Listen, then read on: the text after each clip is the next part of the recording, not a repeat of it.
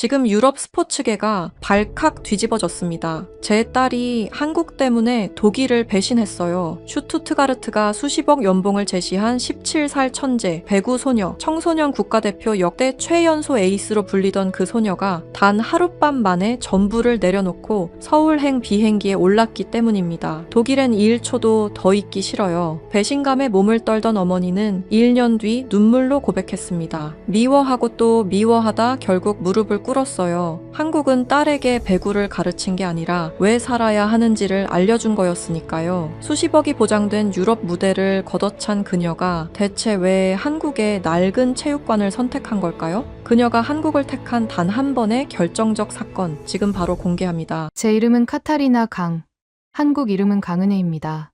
하지만 저는 은혜라는 이름을 제 인생에서 지운 지 이미 30년이 넘었습니다. 7살 때 독일로 입양된 후 제게 한국은 가난하고 촌스러운 기억, 그리고 저를 버린 비정한 나라일 뿐이었으니까요. 위는 패션계에서 악바리처럼 버텨 성공한 제가 다시는 한국 땅을 밟을 일이 없을 거라 장담했습니다. 남편의 갑작스러운 한국 지사 발령이 아니었다면 말이죠. 딱 1년만 눈 딱 감고 버티자. 그 생각 하나로 서울행 비행기에 올랐을 때 제 옆에는 세상에서 가장 아름답고 또 세상에서 가장 불행한 표정의 딸 소피아가 앉아 있었습니다. 소피아 베버. 제 딸이라서가 아니라 소피아는 정말 신이 정성껏 빚은 조각품 같았어요. 184cm의 압도적인 키에 조망만한 얼굴, 동양의 신비로운 눈매와 서구적인 피지컬을 동시에 갖춘 아이. 독일 청소년 배구 국가대표팀의 부동의 에이스이자 차기 올림픽의 주역으로 꼽히던 아이였죠. 하지만 비행기가 인천공항 활주로에 바퀴를 내리는 순간부터 제 완벽한 계획에 균열이 가기 시작했습니다. 한국 특유의 습한 공기가 폐부로 들어오자 소피아가 미간을 잔뜩 찌푸리며 독일어로 속삭였거든요.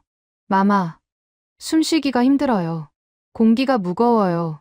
그때 알아챘어야 했습니다. 이 낯선 땅이 우리 모녀를 완전히 다른 세계로 끌고 갈 거라는 거요. 우리가 살게 된 곳은 학군 좋기로 소문난 평범한 신도시 아파트였습니다. 국제학교 대기 순번이 너무 길어 어쩔 수 없이 소피아를 근처 해원고등학교에 보내야 했죠. 남녀공학이라 그나마 다행이라고 생각했습니다. 교복을 맞추러 간 날을 저는 죽을 때까지 잊을 수 없을 겁니다.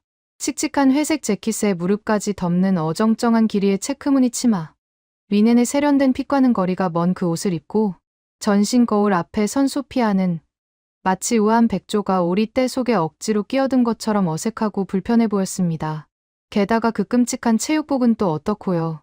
등판에 촌스러운 궁서체로 회원이라고 큼지막하게 적힌 진보라색 트레이닝복이라니요. 소피아, 그냥 1년만 참아. 어차피 넌 여기서 친구를 사귈 필요도 없고 그저 시간만 때우면 돼. 훈련은 엄마가 알아본 개인 트레이너랑 하면 되니까 학교 애들이랑 섞일 생각하지 마.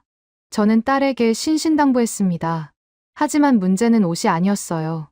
등교 첫날부터 소피아는 학교라는 이름의 동물원에 갇힌 원숭이가 되었습니다. 교문을 들어서는 순간 수백 개의 눈동자가 제 딸에게 화살처럼 꽂혔다고 해요. 와, 키 봐. 모델이야 뭐야. 외국인인가 봐. 혼혈 개쩐다. 와 대박. 비율 실화냐. 아이들의 수군거림은 순수한 호기심이었겠지만 한국어를 전혀 모르는 소피아에게는 그저 날카로운 소음이자 비웃음처럼 들렸을 겁니다. 184cm의 키는 독일 배구 코트 위에서는 신이 내린 축복이었지만 한국의 좁은 교실과 낮은 복도에서는 재앙이나 다름없었습니다. 교실 문을 통과할 때마다 고개를 숙여야 했고 책상은 무릎이 닿아 제대로 앉기조차 힘들었죠. 소피아는 점점 더 작아졌습니다. 집에 돌아오면 방에 틀어박혀 독일 친구들과 영상통화를 하며 우는 게 유일한 낙이었어요. 그러던 어느 날 학교에서 전화가 왔습니다. 체육 선생님이라더군요. 어머니, 소피아 학생 피지컬이 학교에서 난리가 났습니다. 제가 배구부 감독을 겸하고 있는데요. 테스트 한번 보게 해주시죠. 이런 인재를 썩힐 수는 없습니다. 저는 콧방귀를 뀌었습니다. 선생님, 제 딸은 독일 청소년 국대예요. 분데스리가 스카우트들이 줄을 서 있는 애라고요. 한국 고등학교 배구부요. 수준 안 맞아서 못합니다. 애폼 망가져요. 제 말투가 꽤나 거만했는지 수학이 너머로 당황하는 기색이 역력했습니다. 그래도 아이가 학교 생활에 적응하려면 운동이라도 같이 하는 게 됐습니다. 우리는 1년 뒤에 떠날 거예요. 귀찮게 하지 마세요. 전화를 뚝 끊고 나서 소피아에게 말했습니다. 들었지? 넌 여기서 배구공 만질 생각하지 마. 폼 망가져. 한국 배구는 너무 끈적거리고 촌스러워. 너처럼 높고 빠르게 때리는 애한테는 독이야. 알았지. 소피아는 아무 대꾸도 하지 않았습니다. 그저 멍하니 창밖의 아파트 단지를 바라볼 뿐이었죠. 그 무표정이 저항이 아니라 깊은 체념이라는 걸 그때는 몰랐습니다. 소피아의 고립은 날이 갈수록 심해졌습니다.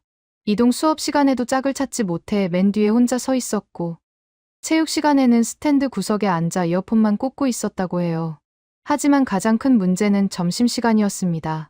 한국의 급식 문화, 식판을 들고 줄을 서서 밥을 배급받는 그 시스템이 소피아에게는 마치 군대 배급처럼 느껴졌나 봐요. 마마, 애들이 밥을 너무 빨리 먹어요. 다들 말도 안 하고 밥만 먹어요. 그리고 냄새가, 그 빨간색 음식 냄새가 옷에 배서 안 빠져요. 매일 저녁 식탁에서 소피아는 음식을 깨작거렸습니다. 학교에서 뭘 먹긴 하는 거니? 아니요. 그냥 매점에서 빵 사 먹었어요. 빵. 운동선수에게 탄수화물 덩어리인 빵이라니요. 저는 화를 냈지만 소피아는 힘없이 고개를 저을 뿐이었습니다. 그렇게 소피아가 학교에 적응하지 못한 채 한 달이 훌쩍 지나가고 있었습니다. 제 딸은 매일 조금씩 시들어가고 있었고, 저는 그저 1년만 버티면 된다는 생각으로 눈을 감고 있었죠. 하지만 운명은 어느 비 내리는 화요일, 학교에서 가장 시끄러운 장소인 급식실에서 소피아를 기다리고 있었습니다. 그날따라 매점이 비가 쏟아지는 바람에 문을 닫았고, 소피아는 어쩔 수 없이 난생 처음 급식 줄에 서게 되었거든요. 그리고 바로 그곳에서 소피아의 인생을 완전히 뒤바꿔 놓을 한 소년이 식판을 쿵 내려놓게 됩니다. 도대체 급식실에서 무슨 일이 벌어진 걸까요? 학교에서 돌아온 소피아의 표정이 묘했습니다. 평소라면 가방을 현관에 던져두고 침대로 직행해 이불을 뒤집었었을 아이가 거실 소파에 앉아 멍하니 천장만 바라보고 있더군요. 소피아, 무슨 일 있어? 학교에서 또 누가 쳐다봐서 기분 나빴니? 제가 걱정스런 마음에 물으며 다가갔습니다. 그런데 소피아의 입에서 나온 말은 전혀 예상 밖이었습니다. 마마, 한국 애들은 원래 밥 먹을 때 남한테 자기 반찬을 줘요? 뭐? 반찬. 누가 너한테 뭘 줬는데? 계란말이요. 노랗고 동그란 거. 그리고 이름도 줬어요. 이름을 줬다니. 그게 무슨 소리니? 제 질문에 소피아는 대답 대신 교복 주머니에서 꼬깃꼬깃해진 쪽지 한 장을 꺼내 보여주었습니다. 거기엔 삐뚤빼뚤한 글씨로 영어 단어 하나와 한글 세 글자가 적혀 있었습니다. 러브. 그리고 김사랑. 시간을 몇 시간 전, 그 시끄럽고 전쟁터 같았던 급식실로 되돌려봐야겠습니다. 나중에 소피아에게 전해 들은 이야기입니다. 그날따라 비가 내려 매점이 문을 닫는 바람에 소피아는 떠밀리듯 급식실 줄에 서게 되었습니다. 자욱한 음식 냄새, 수백 명의 아이들이 떠드는 소음, 식판이 달그락거리는 금속성 소리. 소피아에게 그곳은 식사 장소가 아니라 거대한 공장처럼 느껴졌을 겁니다. 배식받은 식판을 들고 소피아는 가장 구석진 기둥 뒤편 자리를 찾아 앉았습니다. 주변 아이들의 시선이 느껴졌지만 소피아는 고개를 푹 숙인 채 국만 깨작거렸습니다.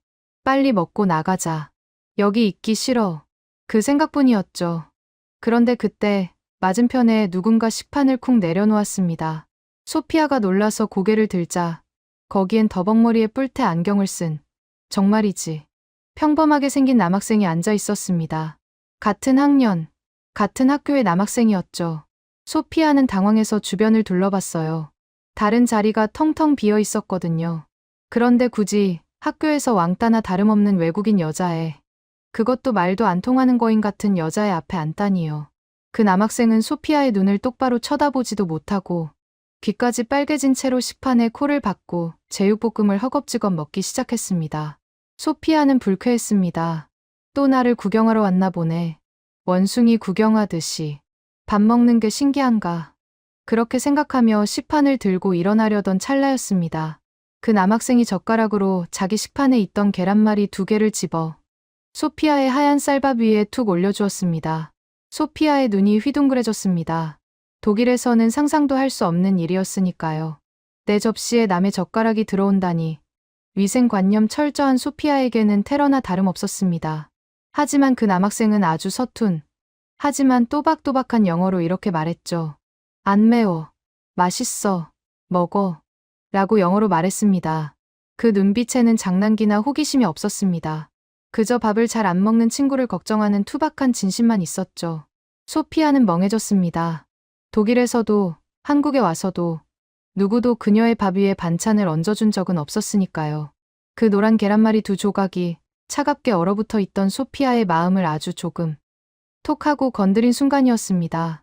소피아는 망설이다가 조심스럽게 계란말이를 입에 넣었습니다. 달콤하고 짭짤한 맛, 독일의 부드러운 오믈렛과는 전혀 다른 투박하지만 꽉 찬 맛이 입안에 퍼졌습니다. 그제야 그 남학생, 도경이가 입을 열었습니다. 너, 이름이 뭐야? 영어가 서툰 티가 역력했지만 소피아는 처음으로 도망치지 않고 대답했습니다. 소피아 베버. 소피아가 짧게 대답하자 도경이가 고개를 갸웃거렸습니다. 소피.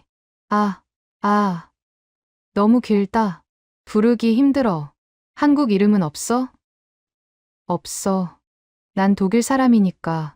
소피아가 퉁명스럽게 대답하자 도경이는 잠시 생각에 잠기더니 물었습니다. 그럼 미들네임은? 중간 이름 말이야. 외국 애들은 그런 거 있잖아. 아모르. 소피아 아모르 베버. 아모르? 도경이가 눈을 동그랗게 뜨더니 갑자기 손가락을 딱 튕겼습니다. 아모르가 사랑이라는 뜻이지. 러브? 맞아. 근데 그게 왜? 그럼 너 한국 이름은 사랑이네. 김사랑 어때? 김사랑? 소피아가 어이없다는 듯 되묻자 도경이가 씩 웃으며 말했습니다. 한국에서 제일 예쁜 이름이야. 김은 그냥 한국에 김씨가 제일 많아서 붙인 거고. 사랑은 너 미들네임이잖아. 오늘부터 너 김사랑해. 내가 그렇게 부를게.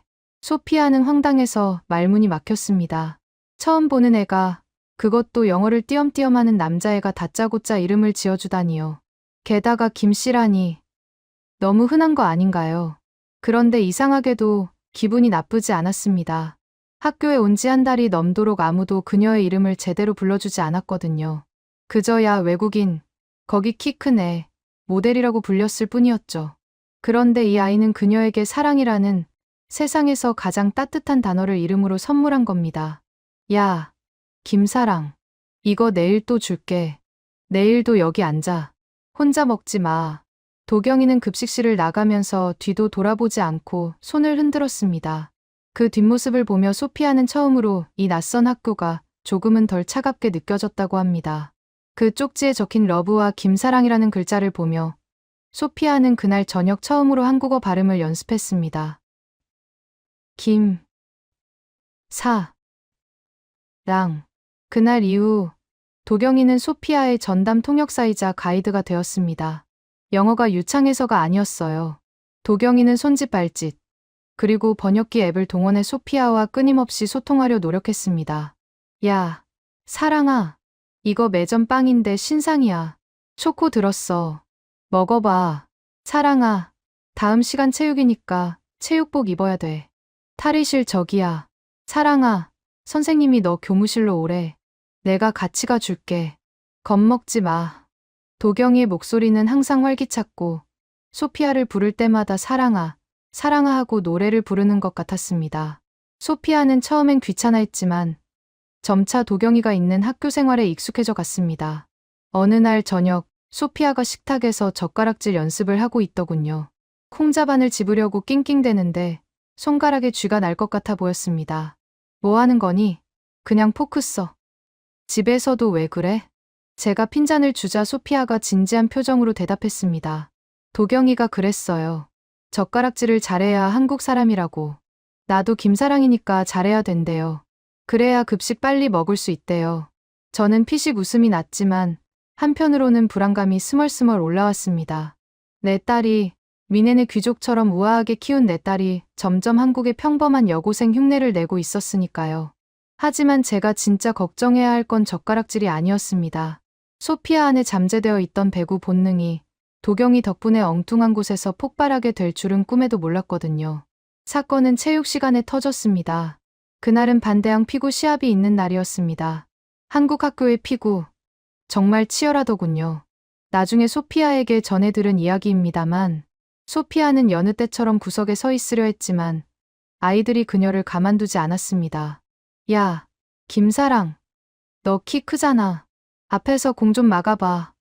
벽 역할 좀 해. 반장인 혜진이가 소피아의 등을 떠밀었습니다. 소피아는 쭈뼛거리며 코트 안으로 들어갔습니다. 상대방 아이들이 소피아의 거대한 키를 보고 처음엔 겁을 먹었지만 곧 소피아가 피할 생각도 없이 멍하니 서 있다는 걸 알고 집중 공격을 시작했습니다. 공이 소피아의 발 밑으로 어깨 옆으로 슝슝 지나갔습니다.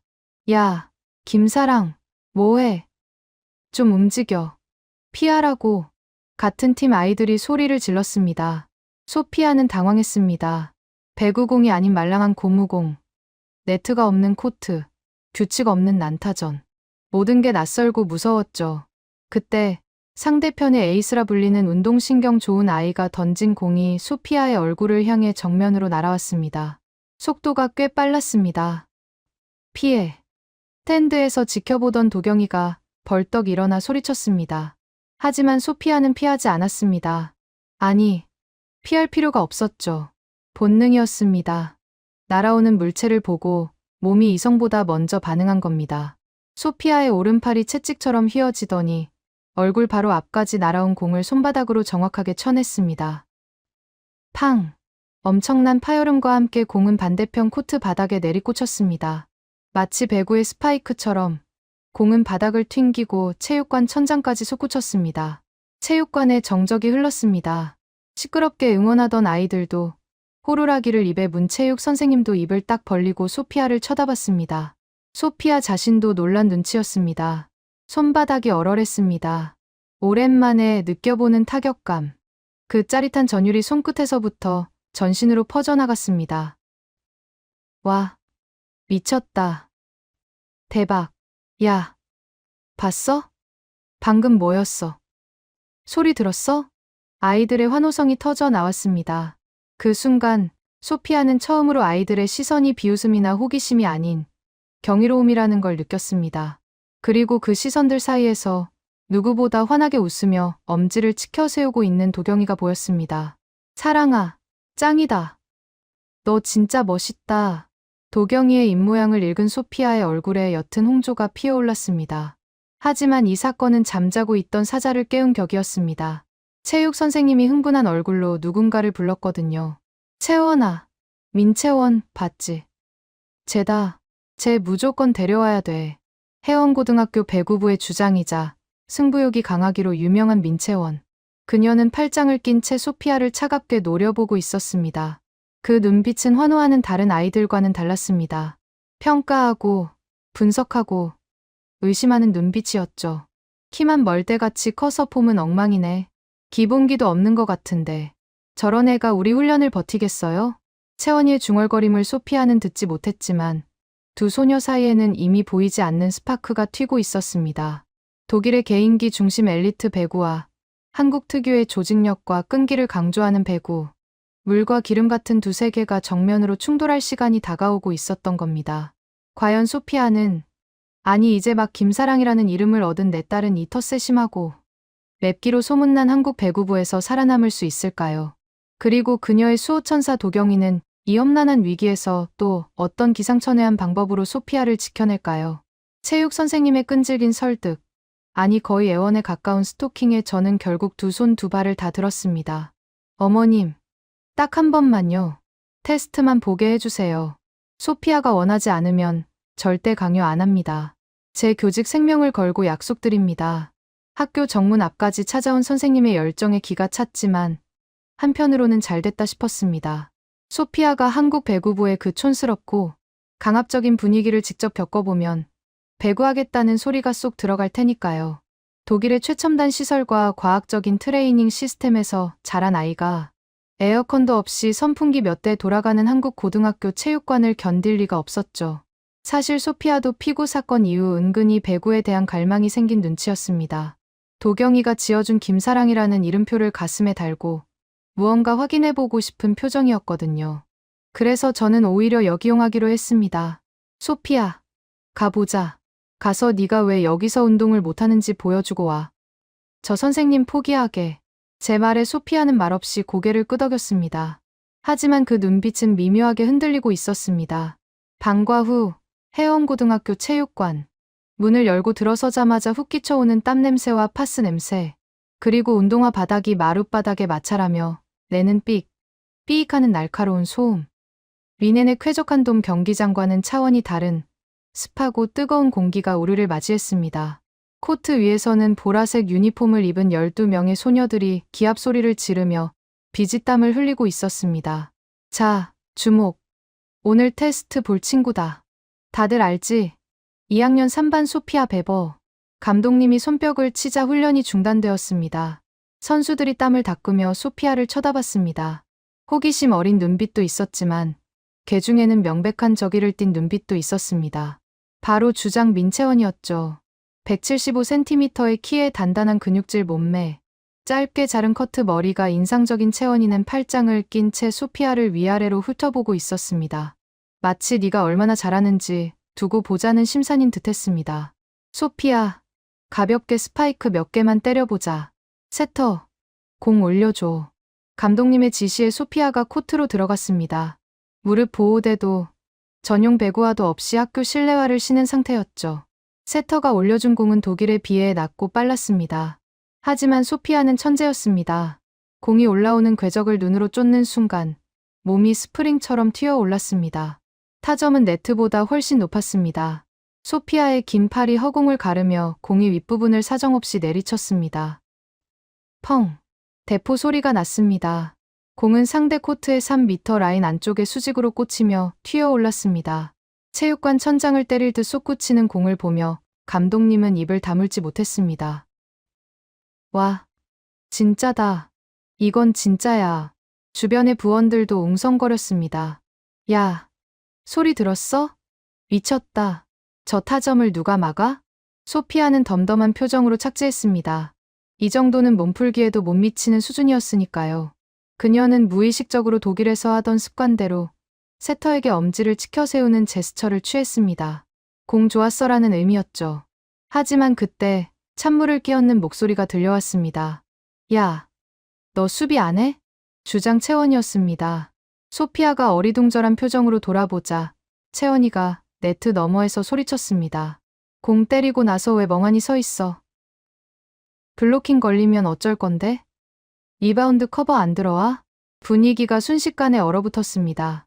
감독님이 말리려 했지만 채원이는 멈추지 않았습니다. 감독님, 얘 수비 하나도 할 줄 몰라요. 그냥 키만 큰 공격 기계예요. 우리 팀 컬러랑 안 맞아요. 통역이 없어도 그 적대감은 고스란히 전달되었습니다. 소피아는 당황했습니다. 독일에서 그녀는 에이스였습니다. 에이스의 역할은 점수를 내는 것이고 굳은 일과 수비는 리베로와 다른 선수들이 전담해서 그녀를 받쳐주는 것이 당연한 시스템이었죠. 공격을 성공시켰는데 왜 혼이 나야 하는지 소피아는 이해할 수 없었습니다. 채원이가 공 하나를 집어들고 소피아 쪽으로 던졌습니다. 받아. 못 받으면 넌 그냥 용병이야. 우린 용병 필요 없어. 팀원이 필요하지. 채원이가 직접 스파이크를 때리기 시작했습니다. 강력한 스파이크가 소피아의 발 밑으로 날아들었습니다. 소피아는 엉거주춤하게 팔을 뻗었지만 공은 팔을 맞고 엉뚱한 곳으로 튀어나갔습니다. 자세 봐라. 무릎 더 낮춰. 배구 혼자 해? 네가 왕이야? 채원이의 불호령이 계속되었습니다. 소피아의 얼굴이 붉게 달아올랐습니다. 그건 수치심이었습니다. 세계 최고의 유망주라 불리던 자기가 한국의 낡은 체육관 바닥에서 이름도 모르는 또래에게 기본기도 안 된 초보자 취급을 받고 있었으니까요. 저는 더 이상 볼 수 없어 자리에서 일어났습니다. 그만해. 당신들 지금 뭐 하는 거야? 소피아, 나와. 가자. 제가 소피아의 팔을 잡아 끌었습니다. 이런 수준 낮은 곳에서 모욕당할 이유 없어. 쟤네들은 그냥 널 질투하는 거야. 네 재능이 무서우니까 기를 죽이려는 거라고. 가자, 소피아. 그런데 소피아가 제 손을 뿌리쳤습니다. 그녀의 눈은 이글거리고 있었습니다. 울먹이는 게 아니라 분노와 오기로 활활 타오르고 있었죠. 마마, 안 가요. 뭐, 너 지금 제정신이야? 제가, 저 쇼컷 머리애가 나보고 뭐라고 했는지 알아요? 소피아는 도경이에게 배운 서툰 한국어로 더듬더듬 말했습니다. 용, 병. 머선어리. 나보고 돈 받고 뛰는 용병이래요. 소피아는 채원이를 똑바로 노려보며 말했습니다. 나 용병 아니야. 나도 팀할 수 있어. 소피아는 다시 코트 중앙으로 걸어갔습니다. 그리고 채원이를 향해 자세를 낮췄습니다. 리시브 자세였습니다. 무릎을 꿇다시피 낮추고 두 팔을 앞으로 뻗은 그 자세는 엉성했지만 비장했습니다. 다시 쳐봐. 받아낼 때까지 안 가. 그 눈빛을 읽은 채원이의 입가에 비릿한 미소가 스쳤습니다. 오냐. 깡다구는 있네. 어디 한번 버텨봐. 그날 저녁 소피아는 온몸에 멍이 든 채 집으로 돌아왔습니다. 팔뚝은 시퍼렇게 부어올랐고 무릎은 까져서 피가 배어 나오고 있었죠. 저는 속이 상해서 약을 발라주며 소리쳤습니다. 미련한 것. 그냥 나오지 왜 그걸 다 받아주고 있어. 네가 수비수야. 넌 공격수라고. 소피아는 아파하면서도 묘하게 상기된 얼굴로 말했습니다. 마마, 한국 배구는 이상해요. 그래, 이상하지. 그러니까 그만둬. 아니요. 이상한데 짜릿해요. 내가 공을 못 받으면 옆에서 다른 애가 몸을 날려서 받아줘요. 내가 넘어지면 뒤에서 누가 잡아줘요. 소피아의 머릿속에 아까의 장면이 스쳐 지나갔습니다. 채원이의 강스파이크를 못 이겨 소피아가 뒤로 넘어졌을 때 등 뒤에서 누군가가 소피아를 받쳐주며 외쳤던 말. 괜찮아. 커버. 내가 있어. 그건 채원이가 아닌 다른 팀원들의 목소리였습니다. 주장은 독하게 몰아붙였지만 나머지 팀원들은 넘어진 소피아를 일으켜 세우며 등을 두드려 주었습니다. 야, 너 맷집 좋다. 처음인데 잘 버티네. 그 투박한 격려들이 소피아의 가슴에 박혔던 모양입니다. 마마, 나 배구부 할래요. 뭐, 절대 안 돼. 공부나 해. 할 거예요. 저 쇼커 기집애한테 보여줄 거예요. 나도 수비할 수 있다고. 나도. 김사랑이라고. 소피아의 고집을 꺾을 수 있는 사람은 아무도 없었습니다. 다음 날부터 소피아는 매일 방과 후 체육관으로 출근했습니다. 하지만 그곳은 꽃길이 아닌 가시밭길이었습니다. 독일식의 자유분방한 개인주의와 한국식의 엄격한 위계질서와 조직력. 이 두세 개의 충돌은 이제 막 시작에 불과했으니까요. 특히 주장 채원이는 소피아를 팀원으로 인정하지 않았습니다. 야, 김사랑. 너 때문에 박자 다 깨져. 넌 왜 네 생각만 해? 블로킹 타이밍 안 맞출 거야? 네가 뛰고 싶을 때 뛰지 말고 세터 손을 보라고. 훈련 내내 채원이의 고함 소리가 체육관을 울렸습니다. 소피아는 입술을 깨물며 버텼지만 속으로는 점점 골마가고 있었습니다. 내가 여기서 뭘 하고 있는 거지? 나는 세계 최고가 될 사람인데 왜 여기서 이런 취급을 받아야 해? 갈등이 폭발 직전으로 치닫던 어느 날 훈련을 지켜보던 도경이가 조용히 체육관 밖으로 나갔습니다. 그리고 잠시 후 양손에 검은 비닐봉지를 잔뜩 들고 다시 나타났습니다. 그 봉지 안에서 풍겨나오는 매콤하고 달콤한 냄새. 그것은 꽉 막힌 소피아와 배구부의 관계를 뚫어줄 도경이의 비장의 무기였습니다. 하지만 그 무기가 과연 통할까요? 독일 입맛의 소피아와 한국 입맛의 배구부원들을 하나로 묶기엔 그 음식은 너무나도 빨갛고 위험해 보였거든요. 체육관 문이 열리고 도경이가 양손 가득 검은 비닐봉지를 들고 나타났을 때 팽팽하던 긴장감은 순식간에 호기심으로 바뀌었습니다. 감독님, 제가 쏘는 겁니다. 애들 고생하는데 간식 좀 먹고 하시죠. 도경이가 넉살 좋게 소리치자 감독님도 못 이기는 척 호루라기를 불었습니다. 자, 10분간 휴식. 간식 먹고 해라. 아이들이 우르르 도경이 주변으로 몰려들었습니다. 봉지가 열리자 매콤하고 자극적인 냄새가 체육관을 가득 채웠습니다. 학교 앞 분식집 이모네의 명물, 엽기적으로 매운 떡볶이와 순대, 그리고 튀김들이었죠. 소피아는 멀찍이 떨어져서 땀을 닦고 있었습니다. 저 빨간 음식, 보기만 해도 위가 쓰려오는 것 같았죠. 그때 도경이가 소피아에게 손짓했습니다. 야, 김사랑, 너도 와서 먹어. 이거 안 먹으면 한국 사람 아니야. 소피아는 쭈뼛거리며 다가갔습니다. 아이들은 이미 바닥에 둘러앉아 전쟁 치르듯 떡볶이를 흡입하고 있었습니다. 아, 맵다. 근데 진짜 맛있다. 야, 김말이 내 거야. 건들지 마. 그 소란스러운 틈바구니에 소피아가 앉을 자리는 없어 보였습니다. 그때 가장 안쪽에 앉아있던 주장 채원이가 젓가락으로 떡 하나를 집어들고 소피아를 빤히 쳐다봤습니다. 야, 독일. 채원이가 소피아를 불렀습니다. 소피아가 긴장한 표정으로 쳐다보자 채원이가 툭 던지듯 말했습니다. 너 매운 거 못 먹지? 이거 먹으면 너 울걸? 명백한 도발이었습니다. 주변 아이들이 킥킥거렸습니다. 소피아는 자존심이 상했습니다. 배구 실력으로 무시당하는 것도 서러운데 음식으로까지 약자 취급을 받다니요. 소피아는 오기로 채원이 옆자리에 털썩 앉았습니다. 그리고 나무젓가락을 집어들고 가장 빨개 보이는 떡볶이 하나를 입에 넣었습니다. 먹을 수 있어. 소피아는 우물우물 씹었습니다. 처음엔 달콤했습니다. 뭐야, 별거 아니네. 라고 생각하는 순간 혀끝에서부터 불길이 치솟았습니다. 캡사이신의 매운맛이 식도를 타고 내려가 위장을 강타했죠. 소피아의 얼굴이 순식간에 잘 익은 토마토처럼 새빨개졌습니다. 눈물이 핑 돌고 콧물이 나올 것 같았습니다. 물. 소피아가 헐떡거리며 손부채질을 하자 아이들이 웃음을 터뜨렸습니다. 와, 얼굴 색깔 봐. 대박. 야, 쿨피스 줘라. 얘 죽겠다. 그때 채원이가 무심하게 쿨피스 팩에 빨대를 꽂아 소피아 입에 물려주었습니다. 매우면 뱉어. 미련하게 참고 있지 말고. 말은 퉁명스러웠지만 그 행동은 묘하게 다정했습니다. 소피아는 쿨피스를 생명수처럼 쪽쪽 빨아먹으며 겨우 진정했습니다. 매운맛이 가라앉자 이상한 기분이 들었습니다. 눈물 콧물 쏙 뺀 자신의 모습이 창피하기보다 왠지 모르게 시원했거든요. 같이 땀 흘리고 같이 매워하고 같이 헐떡거리는 이 상황이 묘한 동질감을 주었습니다. 도경이가 눈치 빠르게 나섰습니다. 채원아, 사랑이가 너 무서워서 말도 못 건대. 좀 살살해라. 얘도 알고 보면 여려. 내가 뭘. 운동할 땐 원래 다 그런 거지. 채원이가 떡볶이 국물을 튀김에 찍으며 대수롭지 않게 대꾸했습니다. 그러자 옆에 있던 세터 지민이가 끼어들었습니다. 근데 언니, 아까 사랑이 스파이크 진짜 쩔지 않았어요. 나 토스 올리는데 손맛이 다르더라니까. 맞아. 타점 진짜 높아. 블로킹 위에서 때리는데 와. 소름. 아이들이 하나둘 소피아의 실력을 칭찬하기 시작했습니다.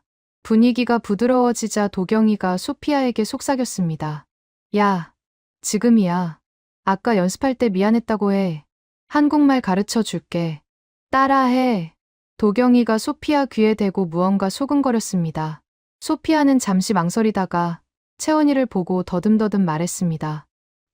언니, 나 수비 못해서 미안해. 가르쳐 줘. 서툰 한국어. 그리고 처음으로 나온 언니라는 호칭. 채원이는 먹던 순대를 떨어뜨릴 뻔했습니다. 천하의 독일 국대가 자존심 센 그 소피아가 고개를 숙이고 가르침을 청한 겁니다. 채원이의 얼굴이 살짝 붉어졌습니다. 뭐, 알면 됐어. 내일부턴 리시브 훈련 더 빡세게 할 거야. 각오해. 응, 알겠어. 언니라는 말 한마디가 가진 마법은 강력했습니다. 그날 이후 배구부의 공기는 완전히 달라졌습니다. 소피아는 더 이상 용병이나 독일이 아니었습니다. 아이들은 그녀를 사랑이 혹은 사랑 언니라고 불렀습니다. 사랑아, 무릎 더 굽혀. 그렇지. 나이스. 사랑이 수비 좋았다. 훈련은 여전히 고됐지만 소피아는 더 이상 외롭지 않았습니다. 실수해서 바닥에 구르면 누군가 손을 내밀어 일으켜 주었고 힘든 체력 훈련이 끝나면 서로의 어깨를 주물러 주었습니다. 소피아는 처음으로 팀이라는 게 무엇인지 배웠습니다. 독일에서는 내가 잘해서 남을 이겨야 하는 게 배구였지만 여기서는 내가 희생해서 우리를 살리는 게 배구였습니다. 그 끈끈한 유대감, 한국말로 정이라고 하는 그 감정이 소피아의 메마른 가슴을 촉촉하게 적시기 시작했습니다. 어느 날 훈련이 끝나고 샤워실에서였습니다. 아이들이 서로 등을 밀어주고 있었습니다. 소피아는 쭈뼛거리며 구석에서 혼자 씻고 있었죠. 그때 채원이가 다가와 때타올을 내밀었습니다. 야, 등 대봐. 왜? 한국 목욕 문화 몰라?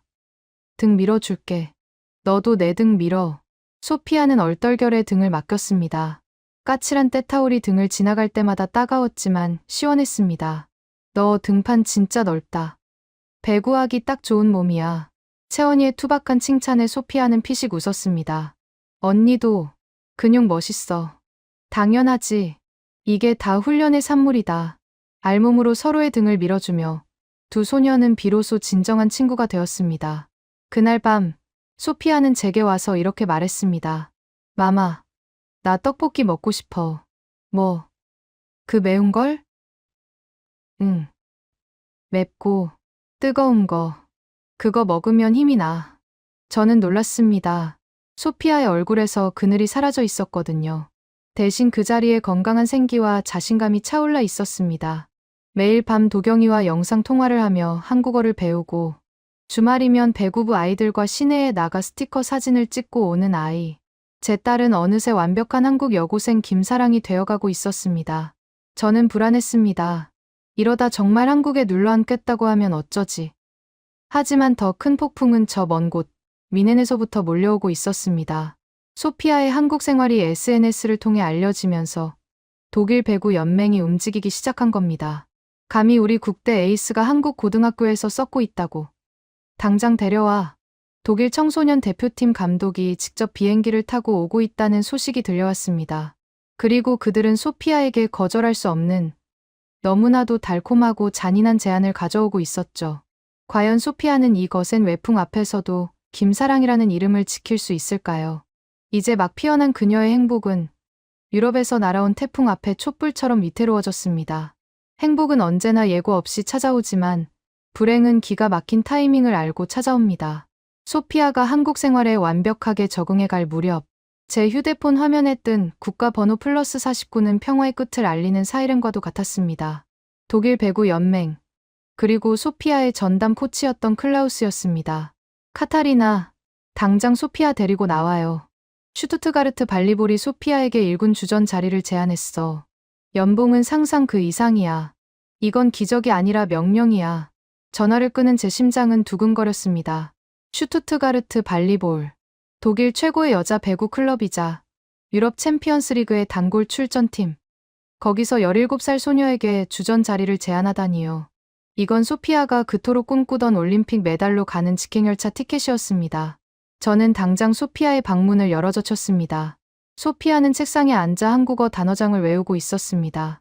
소피아, 짐 싸. 독일에서 연락 왔어. 슈투트가르트야.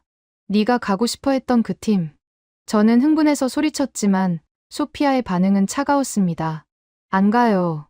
뭐, 너 미쳤어? 이건 다시 없을 기회야? 나 여기서 배구할 거예요. 해원고에서 전국체전 나갈 거예요. 애들이랑 약속했어요. 약속. 그깟 고교 대회가 뭐가 중요해? 너 올림픽 안 나갈 거야. 세계 최고 안 될 거야? 엄마는 몰라요. 내가 여기서 뭘 배웠는지, 얼마나 행복한지. 소피아는 단호했습니다. 하지만 독일 측은 포기하지 않았습니다. 사흘 뒤 학교 정문 앞에 검은색 고급 세단 2대가 미끄러지듯 멈춰 섰습니다. 차 문이 열리고 선글라스를 낀 독일 정장 차림의 남자들이 내렸습니다. 클라우스 코치와 구단 관계자들이었죠. 그들의 등장은 평화롭던 해원고등학교를 순식간에 긴장감으로 몰아넣었습니다. 값비싼 슈트와 가죽 구두, 그리고 그들이 풍기는 독한 향수 냄새는 땀 냄새. 나는 체육관과 전혀 어울리지 않았습니다. 클라우스 코치는 팔짱을 낀 채 체육관 2층 난간에서 훈련을 지켜봤습니다. 그의 눈빛은 매서웠습니다. 소피아가 리시브를 하려고 몸을 날려 바닥을 구르는 모습을 보며 그는 혀를 찼습니다. 맙소사, 카타리나, 애를 망쳐놨군요. 저런 촌스러운 수비를 시키다니. 소피아는 하늘을 날아야 할 아이인데 왜 바닥을 기게 합니까? 하지만 그의 평가는 곧 바뀌었습니다. 소피아가 동료의 토스를 받아 강력한 백어택을 꽂아 넣자 클라우스의 선글라스가 살짝 내려갔습니다. 그리고 상대팀의 공격을 블로킹하고 나서 넘어진 동료를 일으켜 세워주는 소피아의 모습을 보며 그는 침묵했습니다. 훈련이 끝나고 클라우스는 소피아 앞에 섰습니다. 소피아 베버. 그의 목소리는 체육관의 공기를 차갑게 얼어붙게 만들었습니다. 채원이와 배구부 아이들은 잔뜩 겁을 먹은 채 뒤로 물러나 있었습니다. 자신들과는 다른 세계에서 온 어른들의 위압감에 눌린 것이죠. 폼은 엉망이 됐지만 힘은 좋아졌군. 한국 밥이 입에 맞나 봐. 클라우스가 비꼬듯 말하자 소피아는 지지 않고 노려봤습니다. 내 폼 안 망가졌어요. 더 강해졌어요. 글쎄, 그건 미넨에 가서 증명해. 자, 여기 계약서다. 클라우스가 내민 것은 검은 가죽 파일에 담긴 계약서였습니다. 거기에 적힌 금액은 한국 프로 선수들도 평생 만져보지 못할 수십억 원대의 천문학적인 액수였습니다. 내일 아침 비행기다.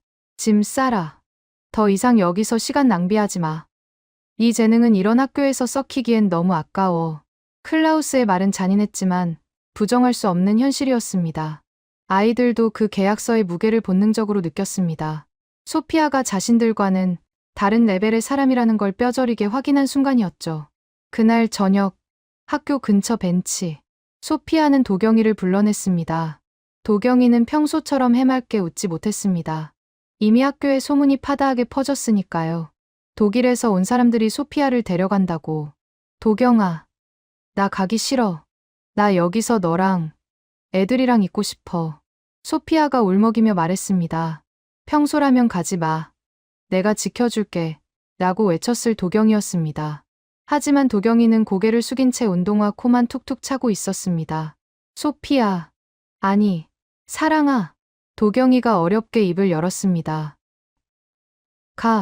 가는 게 맞아. 소피아의 눈이 커졌습니다. 믿었던 도경이마저 자신을 밀어내다니요. 너 지금 뭐라고 했어? 아까 그 아저씨들이 주고 간 명함 봤어. 인터넷에 쳐보니까 엄청난 팀이더라.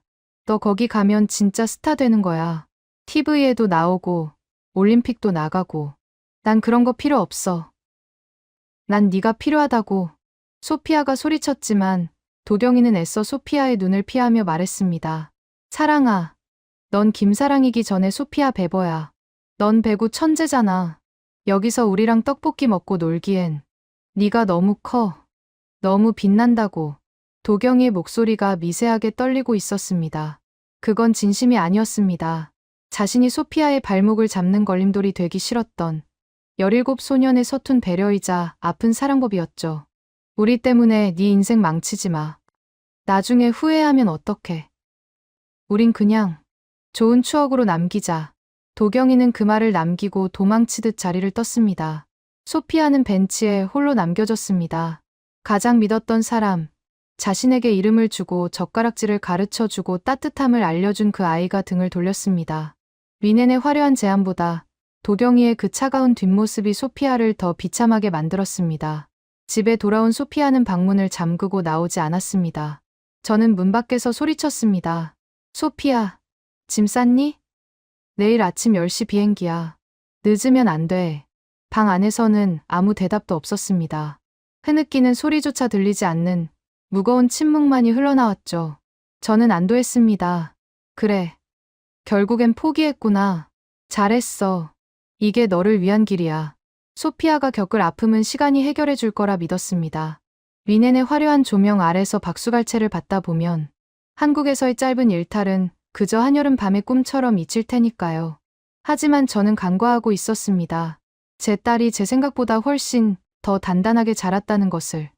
그리고 김사랑이라는 이름이 그녀에게 단순한 별명이 아니라 목숨을 걸고 지키고 싶은 정체성이 되었다는 사실을 말이죠. 다음 날 아침, 공항으로 가는 택시 안. 소피아는 창밖만 바라보고 있었습니다. 퉁퉁 부은 눈, 굳게 담은 입술. 차는 인천공항을 향해 고속도로를 달리고 있었습니다. 그 시각, 해원고등학교 체육관에서는 전국체전 도 예선 결승전이 열릴 예정이었습니다. 감독님은 혹시 모를 상황을 대비해 소피아의 이름을 엔트리에서 빼지 않고 남겨두었다고 나중에 들었습니다. 라이벌 학교와의 중요한 시합이었지만 주포인 소피아가 빠진 해원고등학교는 고전을 면치 못하고 있었겠죠. 저는 일부러 라디오를 껐습니다. 혹시라도 경기 소식이 들릴까 봐서요. 소피아, 가서 클라우스 코치 말 잘 듣고 엄마가 짐 정리해서 곧 따라갈게. 제가 부드럽게 말을 건넸지만 소피아는 대꾸하지 않았습니다. 택시가 공항 톨게이트를 통과하려는 순간이었습니다. 소피아가 갑자기 기사님을 향해 소리쳤습니다. 아저씨, 차 돌려요. 네. 무슨 소리야. 소피아. 앉아. 제가 말렸지만 소피아는 안전벨트를 풀고 앞좌석을 잡으며 절규했습니다. 돌려요. 나 공항 안 가요. 체육관으로 가요. 너 미쳤어? 지금 가면 다 끝이야. 미넨도, 올림픽도 다 날아간다고. 상관없어요. 엄마는 한국이 부끄러워요? 난 아니야. 난 한국인인 게 좋고, 김사랑인 게 좋아. 내가 없으면 우리 팀 진단 말이야. 소피아의 눈에서 굵은 눈물방울이 뚝뚝 떨어졌습니다. 그것은 단순한 떼쓰기가 아니었습니다. 자신의 인생을 스스로 선택하겠다는 영혼의 외침이었습니다. 도경이 말이 틀렸어. 내가 빛나는 건 미넨에 있어서가 아니라 내가 좋아하는 사람들이랑 있어서야. 나 갈래요. 가서 뛸래요. 택시 기사님이 당황해서 백미러로 저를 쳐다봤습니다. 저는 딸의 눈을 보았습니다. 그 눈 속에서 저는 30년 전 양부모님의 손에 이끌려 울면서 독일행 비행기를 탔던 어린 강은혜를 보았습니다. 그때 저는 선택할 수 없었지만 지금 제 딸은 선택하려 하고 있었습니다. 제 입술이 파르르 떨렸습니다. 이성적으로는 말려야 했지만 가슴 깊은 곳에서 뜨거운 무언가가 치밀어 올랐습니다. 기사님, 제가 떨리는 목소리로 말했습니다. 차, 돌리세요. 해원고등학교 체육관으로 갑시다. 마마? 소피아가 놀란 눈으로 저를 봤습니다. 대신 조건이 있어. 가면 무조건 이겨. 지면 바로 공항으로 다시 오는 거야. 알았어? 제 말에 소피아의 얼굴에 번개처럼 환한 미소가 번졌습니다. 네. 무조건 이겨요. 아저씨. 빨리요. 밟아요. 택시가 급하게 유턴 신호를 받고 방향을 틀었습니다. 미넨행 티켓은 휴지 조각이 되었습니다. 대신 우리는 딸의 인생에서 가장 뜨겁고 아름다운 경기가 펼쳐질 그곳, 땀 냄새. 나는 학교 체육관을 향해 질주하기 시작했습니다. 하지만 과연 제때 도착할 수 있을까요? 이미 경기는 4세트 막바지로 치닫고 있다는 문자가 학부모 단톡방에 올라오고 있었습니다. 해원고등학교의 폐색이 짙은 상황. 소피아, 아니 김사랑은 과연 팀을 구하고 자신의 선택을 증명할 수 있을까요? 그리고 떠나보내려 했던 도경이에게 다시 돌아가 못다한 대답을 들려줄 수 있을까요?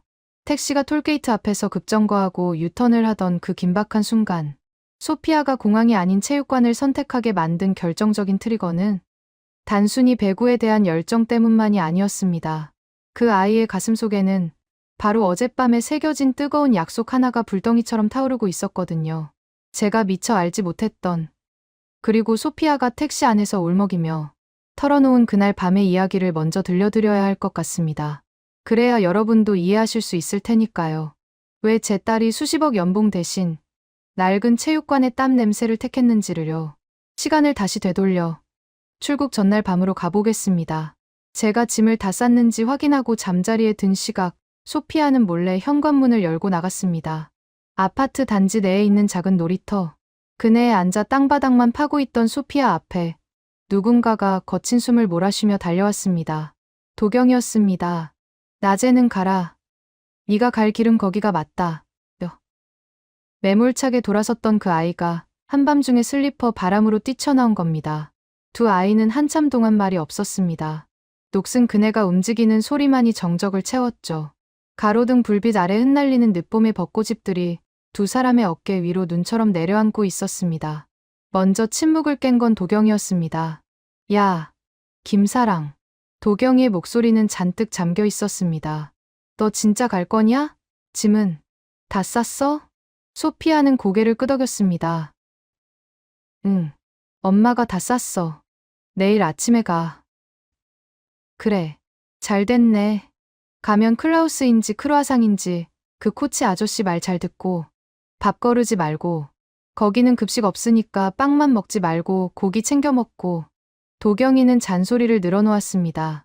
마치 시골 할머니가 서울 가는 손주를 걱정하듯 투박하지만 애정이 뚝뚝 묻어나는 잔소리였죠. 소피아는 듣고만 있다가 툭 한마디를 던졌습니다. 나 안 가면 안 돼? 그 말에 도경이의 잔소리가 뚝 끊겼습니다. 도경이는 한숨을 푹 쉬더니 주머니에서 무언가를 꺼내 소피아에게 내밀었습니다. 손목 밴드였습니다. 스포츠 브랜드의 비싼 제품도 아닌 문방구에서 파는 1,000원짜리 하얀색 밴드. 하지만 거기에는 검은색 매직으로 삐뚤빼뚤하게 하지만 힘주어 쓴 글씨가 적혀 있었습니다. K사랑 이라고 영어로 적혀 있었습니다. 그리고 그 옆에는 작게 태극 마크가 그려져 있었죠. 이거 뭐야? 선물이다. 미넨 가면, 아니 올림픽 나가면 꼭 이거 차고 해. 네가 소피아 베버여도 속은 김사랑이라는 거 잊지 말라고. 도경이가 밴드를 소피아의 손목에 직접 채워주었습니다. 소피아의 하얀 손목에 투박한 밴드가 채워지자 참았던 소피아의 눈물이 터졌습니다. 나 이거 필요 없어. 난 네가 필요하다고. 왜 자꾸 나보고 가라고 해? 너 나 안 좋아해. 소피아가 도경이의 가슴을 주먹으로 쳤습니다. 나 가면 너 다른 여자애랑 떡볶이 먹을 거잖아. 다른 애한테 계란말이 줄 거잖아. 어린아이 같은 투정이었지만 그건 17살 소녀가 할 수 있는 가장 솔직한 고백이었습니다. 도경이는 소피아의 주먹을 가만히 맞아주다가 결심한 듯 소피아의 두 어깨를 잡았습니다. 그리고 소피아의 눈을 똑바로 바라보며 말했습니다. 그 눈빛은 더 이상 소년의 것이 아니었습니다. 야, 잘 들어. 내가 널 왜 안 좋아해? 내가 널 어떻게 안 좋아하냐? 도경이의 목소리가 떨렸습니다. 네가 급식실에서 처음 밥 먹던 날부터, 아니 체육관에서 처음 스파이크 때리던 날부터 나한테는 네가 전부였어. 근데 넌 너무 크잖아. 키가 큰 게 아니라 네가 가진 세상이 너무 크다고. 상관없어. 상관 있어.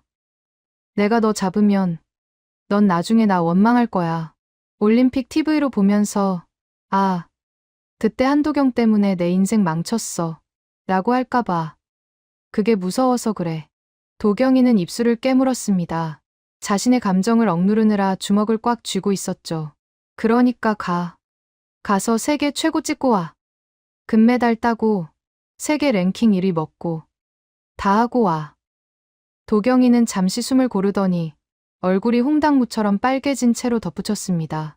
이 말이 바로 소피아를 공항에서 되돌리게 만든 그 약속이었습니다. 그리고 나중에 한 10년 뒤에 10년 뒤? 네가 배구 다 하고 세계 여행 다 하고 소시지랑 감자가 지겨워지면 그때 다시 와.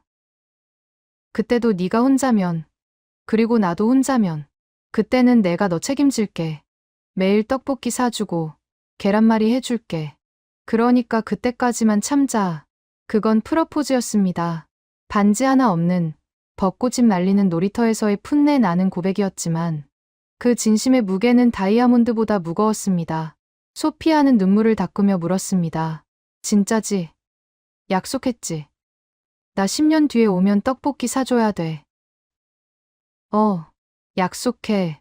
사나이 한도경이 이름 걸고 맹세한다. 도경이가 새끼손가락을 내밀었습니다. 소피아는 그 큰 손으로 도경이의 작은 새끼손가락을 걸었습니다. 복사, 도장, 사인. 둘은 한국식으로 엄지를 맞대고 손바닥을 비비며 약속을 봉인했습니다. 그리고 도경이는 소피아를 꽉 안아주었습니다. 잘 가라, 김사랑. 내 첫사랑. 그날 밤, 소피아는 밤새 그 손목 밴드를 만지작거리며 잠들지 못했다고 합니다. 도경이의 체온이 남아있는 그 밴드가 소피아에게 계속 말을 걸었으니까요. 정말 10년을 기다릴 수 있어. 지금 떠나면 도경이의 웃는 얼굴을 다시는 못 볼 수도 있어. 그리고 다음날 아침 택시 안에서 소피아는 깨달은 겁니다. 미래의 막연한 약속보다 지금 당장의 행복이 더 소중하다는 것을요. 10년 뒤의 떡볶이가 아니라 오늘 저녁 도경이와 함께 먹는 떡볶이가 필요하다는 것을요. 그래서 소피아는 외친 겁니다. 차 돌려요. 라고요. 그것은 도경이의 배려를 거부한 게 아니었습니다. 오히려 도경이의 마음에 대한 가장 확실한 응답이었습니다. 난 10년 못 기다려. 지금 당장 네 옆에 있을 거야. 라는 선언이었죠. 자, 다시 현재로 돌아오겠습니다. 택시는 미친 듯이 속도를 높여 해원고등학교를 향해 달리고 있었습니다. 라디오에서는 전국체전 예선 소식이 흘러나오고 있었죠. 해원고등학교가 위기입니다. 주포 김사랑 선수의 부재가 너무 큽니다. 세트 스코어 2대1로 뒤지고 있는 가운데 4세트도 20대 15로 벌어졌습니다. 이대로라면 탈락이 확정적입니다. 아나운서의 긴박한 목소리에 소피아의 손이 하얗게 질렸습니다. 그녀의 손목에는 도경이가 준 하얀 밴드가 채워져 있었습니다. 아저씨, 더 빨리요. 제발요. 학생. 이게 최선이야. 신호 다 무시하고 있잖아. 기사님도 땀을 뻘뻘 흘리며 운전대를 돌렸습니다. 저는 뒷좌석에서 딸의 손을 꼭 잡았습니다. 소피야, 늦지 않을 거야. 할 수 있어. 마마, 나 도착하면 바로 뛸 수 있게 운동화 끈 좀 묶어줘요. 소피아는 택시 안에서 교복 치마를 벗어던졌습니다. 다행히 아내는 유니폼을 입고 있었습니다. 등번호 10번. 그리고 김사랑이라는 이름이 선명하게 박힌 보라색 유니폼. 공항 패션을 위해 입었던 트렌치코트를 벗어 던지자 전투 준비를 마친 전사의 모습이 드러났습니다. 도착했습니다. 기사님의 외침과 함께 택시가 체육관 앞에 급정거했습니다. 끼익! 타이어 타는 냄새가 진동했습니다. 소피아는 문을 박차고 나갔습니다. 저도 힐을 벗어던지고 맨발로 그 뒤를 쫓았습니다. 체육관 안에서는 우레와 같은 함성 소리, 아니 상대팀의 환호 소리가 들려오고 있었습니다. 매치 포인트, 매치 포인트. 해원고등학교의 패배까지 단 한 점. 절체절명의 순간이었습니다. 소피아는 닫힌 체육관 철문을 향해 돌진했습니다. 쾅! 육중한 철문이 열리고 눈부신 조명이 소피아를 비췄습니다. 그 순간 체육관의 모든 시간이 멈춘 것 같았습니다. 코트 위에 쓰러져 있던 채원이도, 관중석에서 울상을 짓고 있던 도경이도, 그리고 승리를 확신하던 상대팀 선수들도 모두 입을 딱 벌리고 문 쪽을 바라보았습니다. 거기에는 헝클어진 머리에 땀범벅이 된, 하지만 그 어느 때보다 빛나는 눈동자를 가진 거인이 서 있었습니다. 나왔어. 소피아의 목소리가 체육관을 울렸습니다.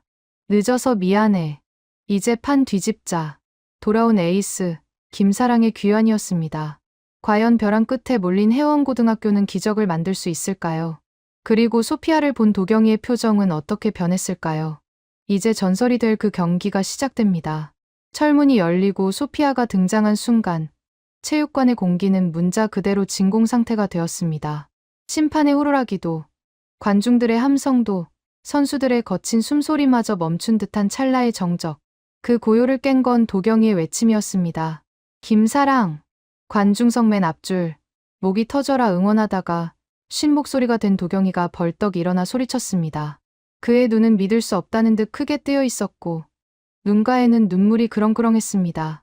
공항으로 떠난 줄 알았던 그녀가 미넨의 화려한 유니폼 대신 촌스러운 해원고등학교의 보라색 유니폼을 입고 서 있었으니까요. 소피아는 도경이를 향해 짧게 윙크를 날렸습니다. 나 안 갔어. 약속 지키러 왔어. 나는 무언의 신호였죠. 심판님, 선수 교체합니다. 김사랑 선수 들어갑니다. 해원고등학교 감독님이 다급하게 버저를 눌렀습니다. 감독님이 엔트리에 소피아의 이름을 남겨둔 것이 신의 한 수였죠. 스코어는 24대 20. 상대팀인 명성고등학교가 4세트 승리, 아니 경기 전체의 승리까지 단 한 점만을 남겨둔 상황이었습니다. 한 점만 내주면 끝인 벼랑 끝의 상황. 소피아는 벤치에 앉아있던 후보 선수와 하이파이브를 하며 코트로 들어섰습니다. 언니, 진짜 왔네요. 지친 기색이 역력한 세터 지민이가 울먹이며 말했습니다.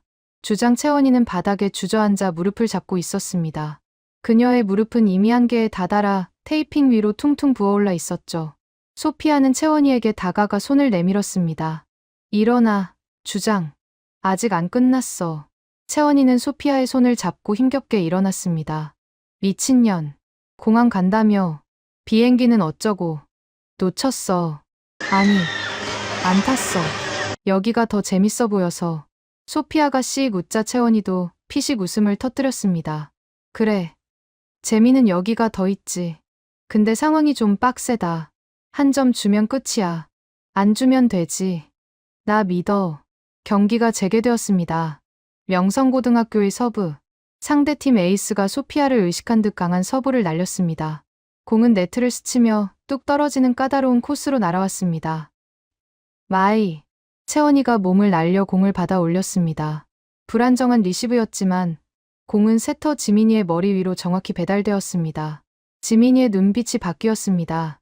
그동안 줄 곳이 없어 답답했던 그녀에게 드디어 확실한 공격 루트가 생긴 겁니다. 사랑 언니. 지민이가 공을 높이 띄웠습니다. 높고 시원한 토스. 소피아가 도움닫기를 시작했습니다. 하나, 둘, 셋. 그녀의 발이 바닥을 박차고 날아오르는 순간 체육관 안의 모든 시선이 그녀의 타점에 고정되었습니다. 네트보다 머리 하나는 더 높이 올라간 압도적인 높이. 상대팀 블로커 2명이 필사적으로 손을 뻗었지만 소피아의 손은 그들의 손끝보다 훨씬 위에 있었습니다. 대포알 같은 스파이크가 상대 코트의 3m 라인 안쪽에 내리꽂혔습니다. 수비수가 반응조차 할 수 없는 속도였습니다. 와, 해원고등학교 응원석이 뒤집어졌습니다. 24대 21. 추격의 시작을 알리는 득점이었습니다. 하지만 명성고등학교도 만만치 않았습니다. 그들은 소피아가 후위로 빠지는 로테이션을 노려 집요하게 목적타 서브를 넣었습니다. 김사랑 리시브 약해. 저기만 노려. 상대 감독의 지시가 들려왔습니다. 공이 소피아의 발 밑으로 날아왔습니다. 과거의 소피아였다면 당황해서 실책을 했을 겁니다. 하지만 지금의 소피아는 달랐습니다. 그녀는 채원이에게 혹독하게 훈련받은 대로 무릎을 꿇고 자세를 낮췄습니다. 비록 폼은 엉성했지만 공을 정확히 세터에게 연결했습니다. 나이스 리시브. 동료들의 외침과 함께 다시 공격 기회가 왔습니다. 이번에는 소피아가 아닌 채원이가 해결했습니다. 상대 수비가 소피아에게 쏠린 틈을 타 채원이가 영리하게 빈 곳으로 공을 밀어 넣은 겁니다. 24대 22. 점수 차가 좁혀질수록 체육관의 열기는 뜨거워졌습니다. 저는 관중석 맨 뒤에서 두 손을 모으고 기도했습니다. 제 딸이 미넨의 귀족이 아닌 해원고등학교의 전사로서 싸우는 모습을 보며 가슴이 벅차올랐습니다. 은혜야, 보고 있니? 네 딸이 한국 땅에서 한국 아이들과 땀 흘리고 있어. 어릴 적 저를 떠나보냈던 친부모님 생각이 났습니다. 그분들도 저를 이렇게 간절하게 응원하셨을까요? 24대 23. 한 점 차까지 따라붙었습니다. 명성고등학교의 작전 타임. 상대팀 선수들의 표정에는 공포가 서려 있었습니다. 돌아온 괴물, 김사랑의 기세에 눌린 것이죠. 반면 해원고등학교 벤치는 축제 분위기였습니다. 할 수 있어. 역전 가자. 소피아는 물을 마시며 도경이를 쳐다봤습니다. 도경이는 응원단장이라도 된 듯 북을 치며 목이 터져라 소리를 지르고 있었습니다. 날아라 김사랑. 해원고 파이팅. 그 모습이 너무 웃기고 또 고마워서 소피아는 힘든 줄도 몰랐습니다. 다시 경기 재개. 이번 랠리는 길었습니다. 양팀 모두 몸을 날리는 수비로 공을 살려냈습니다. 소피아도 몸을 사리지 않았습니다.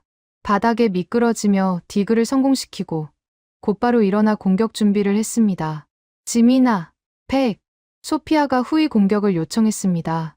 지민이가 뒤쪽으로 길게 공을 뽑아주었습니다. 소피아가 뒤에서 날아올랐습니다. 일명 파이프 공격. 중앙 후위에서 날아와 때리는 고난도 기술이었습니다. 상대 블로커들이 타이밍을 뺏겨 우왕좌왕하는 사이 소피아의 손을 떠난 공이 코트 구석에 정확히 꽂혔습니다. 24대 24. 듀스. 기어이 동점을 만든 겁니다. 체육관이 떠나갈 듯한 함성에 묻혔습니다. 이제부터는 멘탈 싸움이었습니다. 누가 더 간절한가? 누가 더 대담한가? 듀스 접전이 이어졌습니다. 25대 25, 26대 26. 점수는 30점을 넘겨 32대 32까지 갔습니다. 선수들은 탈진 직전이었습니다. 소피아도 숨이 턱까지 차올랐습니다. 다리가 후들거리고 어깨가 끊어질 것 같았습니다. 그때 채원이가 소피아의 어깨를 툭 쳤습니다. 야, 김사랑, 힘들지? 죽을 것 같아. 나도 그래. 근데 봐봐. 저기 네 남친 응원하는 거. 채원이가 가리킨 곳에는 도경이가 땀범벅이 된 채 거의 울면서 응원가를 부르고 있었습니다. 사랑의 김사랑, 우유빛깔 김사랑. 그 촌스러운 응원가에 소피아는 피식 웃음이 터졌습니다. 쟤 진짜 시끄러워 죽겠네. 그러니까 빨리 끝내자. 쟤 목 쉬겠다. 채원이의 말에 소피아는 다시 힘을 냈습니다. 그래. 끝내자. 떡볶이 먹으러 가야지. 33대 32. 해원고등학교의 매치 포인트. 서브권은 해원고등학교에게 있었습니다. 채원이가 서브를 넣었습니다. 상대 리시브가 흔들렸지만 상대 에이스가 억지로 공격을 시도했습니다. 공이 네트를 넘어왔습니다. 하지만 힘이 실리지 않아 밋밋하게 날아왔죠. 찬스 볼이었습니다. 지민이가 안정적으로 공을 받아 올렸습니다. 사랑 언니, 마무리. 모두가 알았습니다. 이 공은 소피아에게 갈 것이라는 걸. 소피아는 마지막 남은 힘을 짜내 도약했습니다. 상대 블로커 3명이 동시에 떴습니다. 벽이었습니다. 정면 승부는 막힐 위험이 있었습니다. 그 짧은 순간 소피아의 머릿속에 독일 코치의 말이 아닌 한국 감독님의 말이 스쳐 지나갔습니다. 배구는 힘으로만 하는 게 아니야. 눈으로 하는 거야. 빈 곳을 봐. 소피아는 강타를 때리는 척하며 손목을 틀었습니다. 페인트 공격. 공은 블로커들의 손끝을 살짝 넘어 텅 빈 코트 중앙에 툭 떨어졌습니다. 힘이 아닌 지능으로 만든 완벽한 득점이었습니다. 경기 종료를 알리는 휘슬 소리. 34대 32. 해원고등학교의 승리. 그 순간 소피아는 그대로 코트 바닥에 대자로 뻗었습니다. 천장의 조명이 별처럼 반짝거렸습니다. 그리고 그 별들 사이로 동료들의 얼굴이 하나둘 나타났습니다. 와, 이겼어. 우리가 이겼어. 아이들이 소피아 위로 겹겹이 포개지며 엉엉 울었습니다. 땀과 눈물, 그리고 뜨거운 체온이 뒤섞인 그 순간, 소피아는 태어나서 처음으로 완벽한 행복을 느꼈습니다. 리넨의 화려한 우승 트로피보다 지금 친구들의 무게가 훨씬 더 값지게 느껴졌으니까요. 관중석에서 뛰어내려온 도경이가 그 덩어리 속에서 소피아의 손을 잡았습니다. 야, 김사랑. 너 진짜 최고야. 소피아는 누운 채로 도경이를 보며 웃었습니다. 나 배고파. 떡볶이 사줘. 사줄게. 순대도 사주고 튀김도 다 사줄게. 체육관은 승리의 환호와 웃음소리로 가득 찼습니다. 저는 멀리서 그 모습을 지켜보며 조용히 눈물을 훔쳤습니다. 그리고 휴대폰을 꺼내 클라우스 코치에게 문자를 보냈습니다. 클라우스, 미안해요. 소피아는 못 갑니다. 여기 더 중요한 계약이 생겼거든요. 전송 버튼을 누르는 제 손은 더 이상 떨리지 않았습니다. 계절이 바뀌어 체육관 밖에는 붉은 단풍이 들기 시작했습니다. 그날의 극적인 예선 통과 이후 해영고등학교 배구부는 그야말로 지옥 훈련에 돌입했습니다. 전국체전. 한국의 모든 고교 운동선수들에게 꿈의 무대라 불리는 그곳에서 소피아는 자신의 선택이 틀리지 않았음을 증명해야 했습니다. 단순히 배구 잘하는 외국인 용병이 아니라 한국 배구에 완전히 녹아든 팀의 에이스로서 말이죠. 저는 매니저를 자청해 훈련을 지켜봤습니다. 제 딸의 무릎은 성한 날이 없었습니다. 하루에도 수백 번씩 바닥에 몸을 던지는 디그 훈련, 멍이 가실 날 없는 팔뚝. 독일이었다면 비효율적이야. 선수 보호 차원에서 금지해. 라고 소리쳤겠지만 저는 침묵했습니다. 소피아가 훈련이 끝나면 그 멍든 팔로 채원이와 떡볶이를 나눠 먹으며 세상 가장 행복한 표정을 짓고 있었으니까요. 그 상처들은 영광의 훈장이었습니다. 드디어 결전의 날. 전국체전 고등부 배구 결승전이 열리는 장충체육관은 발 디딜 틈이 없었습니다. 독일 국대를 포기한 소녀를 보기 위해 몰려든 관중들과 취재진으로 북새통을 이뤘죠. 상대는 고교 배구의 전통 강호, 세광고등학교였습니다. 그들은 소피아의 높이를 봉쇄하기 위해 철저한 맞춤 전략을 들고 나왔습니다. 김사랑만 막으면 돼. 쟤는 지치면 범실 나온다. 세광고등학교 벤치의 고함 소리가 들렸습니다. 1세트와 2세트는 팽팽했습니다. 세광고등학교는 소피아에게 공이 올라가면 무조건 3단 블로킹을 떴습니다. 3명의 수비수가 벽을 쌓아 시야를 가리는 작전이었죠. 소피아의 스파이크가 잇따라 블로킹에 막히자 관중석에서 탄식이 흘러나왔습니다. 아, 역시 혼자서는 안 되나 봐. 피지컬은 좋은데 한국 스타일에는 안 맞네. 사람들의 수군거림이 제 귀에 거슬렸습니다. 저도 모르게 주먹을 꽉 쥐었습니다. 아니야. 내 딸은 예전의 소피아가 아니야. 3세트 중반, 위기가 찾아왔습니다. 세트 스코어 1대1 상황에서 15대 20으로 뒤처지고 있었죠. 소피아의 호흡이 거칠어졌습니다. 그때 작전 타임이 불렸습니다. 벤치로 들어온 소피아에게 도경이가 물병을 건넸습니다. 도경이는 응원단장답게 머리에 붉은 띠를 두르고 있었습니다. 사랑아, 들려? 뭐가? 사람들이 너보고 뭐라 하는지. 몰라. 시끄러워서 안 들려. 그럼 내 목소리만 들어. 넌 최고야. 그리고 넌 혼자가 아니야. 옆을 봐. 소피아가 고개를 돌리자 땀범벅이 된 채원이와 지민이 그리고 동료들이 그녀를 바라보며 웃고 있었습니다. 채원이가 소피아의 등짝을 세게 내려쳤습니다. 야, 정신 안 차려? 쟤네가 벽 쌓으면 어떡하라고 했어? 피하라고. 아니, 이용하라고. 넌 김사랑이야. 쫄지 마. 그 짧은 한마디가 소피아의 눈을 번쩍 뜨이게 했습니다. 다시 코트 위. 세터 지민이가 공을 올렸습니다. 또다시 3단 블로킹이 떴습니다. 관중들은 또 막힐 거라고 생각했습니다. 하지만 소피아는 스파이크를 때리는 대신 손목을 비틀어 블로킹하는 상대 선수의 손끝을 겨냥했습니다. 터치 아웃.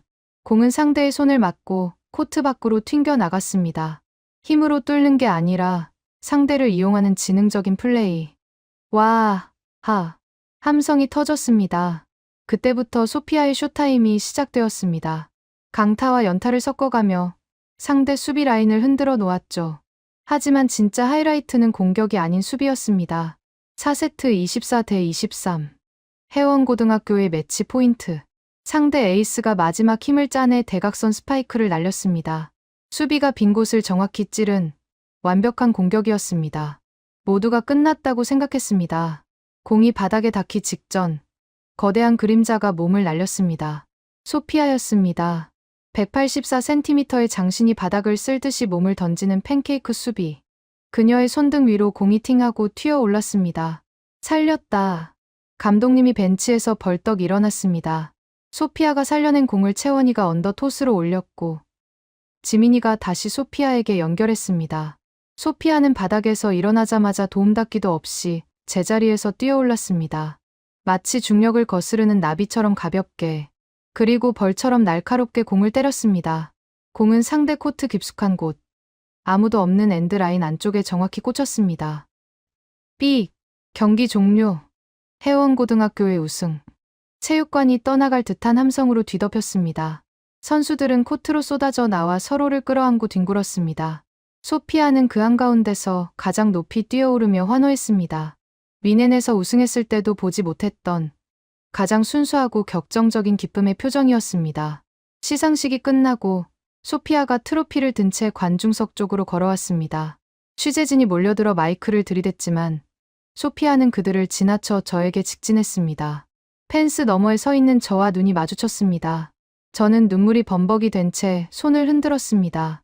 소피아는 활짝 웃으며 손가락으로 V자를 그려 보였습니다. 그리고 입모양으로 말했습니다. 엄마, 나 봤어? 저는 고개를 끄덕였습니다. 봤어. 내 딸 최고야. 네가 맞았어. 여기가 네 자리야. 소피아는 다시 도경이에게로 갔습니다.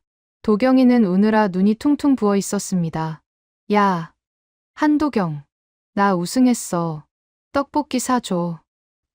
으엉. 사줄게. 순대도 사줄게. 다 먹어.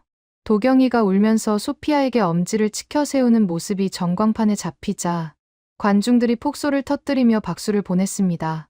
그날 저녁 뉴스 인터뷰에서 소피아는 이렇게 말했습니다. 서툰 한국어였지만 그 어떤 명연설보다 감동적이었습니다. 독일 배구는 높아요. 하지만 한국 배구는 끈끈해요. 저는 여기서 혼자가 아니라 우리가 되는 법을 배웠어요. 제 이름은 소피아 베버가 아니라 해원고등학교 10번 김사랑입니다. 이 인터뷰는 전국을 강타했습니다. 김사랑 신드롬이 일어났죠. 배구 팬들은 그녀가 훗날 태극마크를 달고 올림픽에 나가는 상상을 하며 열광했습니다. 하지만 현실의 벽은 높았습니다. 국적. 소피아는 여전히 독일 국적이었고 18살이 되면 비자 문제로 한국을 떠나야 할지도 모르는 상황이었습니다. 독일 배구 연맹은 여전히 소피아를 포기하지 않고 귀국을 종용하고 있었죠. 우승의 기쁨도 잠시, 우리는 또 다른 거대한 선택 앞에 서게 되었습니다. 그때 뜻밖의 인물이 우리에게 손을 내밀었습니다. 한국 배구의 전설적인 선배 선수였습니다. 현역 시절 세계 최고의 공격수로 이름을 떨치고 은퇴 후에도 후배 양성에 힘쓰고 있던 그 레전드가 소피아의 경기를 보고 SNS에 올린 글 하나가 대한민국을 발칵 뒤집어 놓은 겁니다. 김사랑 선수, 탐나네요. 저랑 같이 국대에서 뛰어보면 어떨까요? 제가 멘탈 코칭해드릴게요. 이 한마디가 불러온 파장은 엄청났습니다. 단순한 고교생의 성장 드라마가 이제 국가적인 관심사로 확대된 겁니다. 과연 소피아는 독일 국적을 포기하고 귀화라는 험난한 과정을 선택할 수 있을까요? 그리고 제가 30년 동안 외면해왔던 한국인이라는 정체성을 제 딸은 온전히 받아들일 수 있을까요? 이제 소피아의 마지막 도전, 태극마크를 향한 여정이 시작됩니다. 전국체전 우승의 열기가 채 식기도 전, 우리 집 거실에서는 심각한 가족회의가 열렸습니다. 주제는 단 하나, 귀화. 소피아가 한국 국가대표가 되기 위해서는 독일 국적을 포기하고 한국 국적을 취득해야 했습니다. 이건 단순히 서류 한 장의 문제가 아니었습니다. 독일에서 쌓아온 모든 것, 분데스리가의 스카우트 제안, 유럽 무대의 문, 그리고 소피아의 미래가 걸린 중대한 사안이었죠. 남편은 미넨에서 영상통화로 걱정스러운 표정을 지었습니다. 소피아, 정말 후회 안 하겠니? 독일 국적이 있으면 유럽 어디서든 자유롭게 뛸 수 있어. 한국 국적을 선택하면 많은 걸 포기해야 해. 현실적인 조언이었습니다. 하지만 소피아의 눈은 흔들림이 없었습니다. 그녀의 책상 앞에는 태극기가 걸려 있었고 그 옆에는 김사랑이라는 한글 이름표가 붙어 있었으니까요. 아빠, 나 결정했어. 난 한국에서 뛸 때 가슴이 뛰어. 도경이랑 채원 언니랑 그리고 엄마의 나라에서 국가대표가 되고 싶어. 엄마의 나라. 그 말이 제 가슴을 후벼 팠습니다. 저는 평생 한국을 지우려 노력했는데 딸은 그 한국을 자신의 조국으로 삼겠다고 합니다. 아이러니하게도 딸의 선택이 저를 치유하고 있었습니다.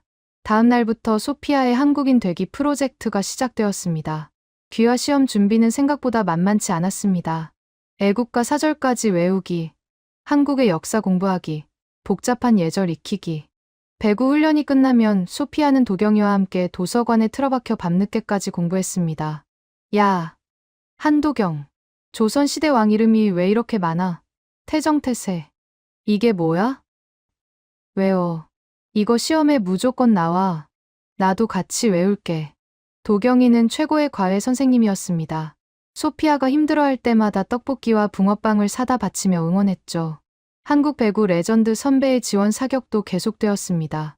현역 시절 세계 최고의 공격수로 이름을 떨치고 은퇴 후에도 후배 양성에 힘쓰고 있던 그 선배는 방송에 나와 공개적으로 소피아의 귀화를 지지했습니다. 이런 인재를 놓치면 한국 배구 손해죠. 사랑이 귀화하면 제가 김치찌개 끓여줍니다. 여론은 뜨거웠습니다. 법무부 청원 게시판에는 김사랑 특별 귀화 허가를 요청하는 글이 수만 건 올라왔습니다. 드디어 귀화 면접 시험 당일, 소피아는 단정한 정장을 입고 면접장에 들어갔습니다. 심사위원들이 물었습니다. 소피아 베버 씨, 왜 한국인이 되고 싶습니까? 독일이 배구 환경은 더 좋지 않나요? 소피아는 잠시 숨을 고르더니 준비한 답안지가 아닌 자신의 진심을 이야기했습니다. 배구는 혼자 하는 게 아닙니다. 저는 한국에서 우리라는 말을 배웠습니다. 제가 힘들 때 밥 위에 반찬을 올려주던 친구, 넘어졌을 때 일으켜준 동료들. 그 정이 저를 한국 사람으로 만들었습니다. 저는 배구 선수이기 이전에 따뜻한 한국 사람 김사랑으로 살고 싶습니다. 그녀의 서툴지만 진심 어린 한국어, 답변에 심사위원들의 표정이 부드러워졌습니다. 면접장을 나오는 소피아를 도경이가 꽃다발을 들고 기다리고 있었습니다. 고생했다, 김사랑. 나 잘한 것 같아. 태극기 그리는 법도 완벽하게 설명했어. 두 아이가 손을 잡고 걸어가는 뒷모습을 보며 저는 확신했습니다. 이제 소피아는 제품을 떠나 더 넓은 세상으로 날아갈 준비를 마쳤다는 것을요. 그리고 2달 뒤, 법무부로부터 한 통의 공문이 도착했습니다. 귀화 허가. 소피아 베버는 법적으로도 대한민국 국민 김사랑이 되었습니다. 그 소식을 듣고 도경이가 학교 앞 분식집에서 떡볶이 3인분을 시켜다 주었다는 건 더 이상 놀랄 일도 아니었죠. 지금까지 수십억 원대 연봉 대신 한국의 정을 선택한 배구 소녀 김사랑의 이야기였습니다. 그녀의 선택은 우리에게 묻습니다. 당신을 진정으로 뛰게 만드는 것은 무엇입니까? 화려한 성공인가요? 아니면 함께 밥을 먹으며 웃을 수 있는 우리인가요? 차가운 미넨의 대리석 바닥보다 뜨끈한 온돌방 같은 한국의 정을 사랑한 소녀 김사랑 선수가 태극마크를 달고 올림픽 시상대 가장 높은 곳에 서는 그날, 저 카타리나도, 아니 강은혜도 관중석 가장 앞줄에서 대한민국 만세를 외치고 있을 겁니다. 소피아, 아니 사랑아, 사랑한다. 그리고 고맙다. 나를 다시 한국인 강은혜의 엄마로 살게 해줘서. 지금까지 사연 어떠셨나요? 수십억을 걷어차고도 한국의 낡은 체육관을 택한 소녀. 그 선택의 이유가 바로 우리가 매일 나누는 정이었다는 사실이 가슴을 뜨겁게 만듭니다. 외국인이 스스로 한국인이 되겠다고 선택한 이 이야기야말로 세계의 대한민국의 진짜 매력을 알릴 수 있는 콘텐츠라고 생각합니다. 이 영상이 더 많은 사람에게 닿을 수 있도록 구독과 좋아요 꼭 부탁드립니다. 댓글에는 김사랑 3글자만 남겨주세요. 여러분의 댓글 하나가 대한민국의 정을 세계에 전합니다.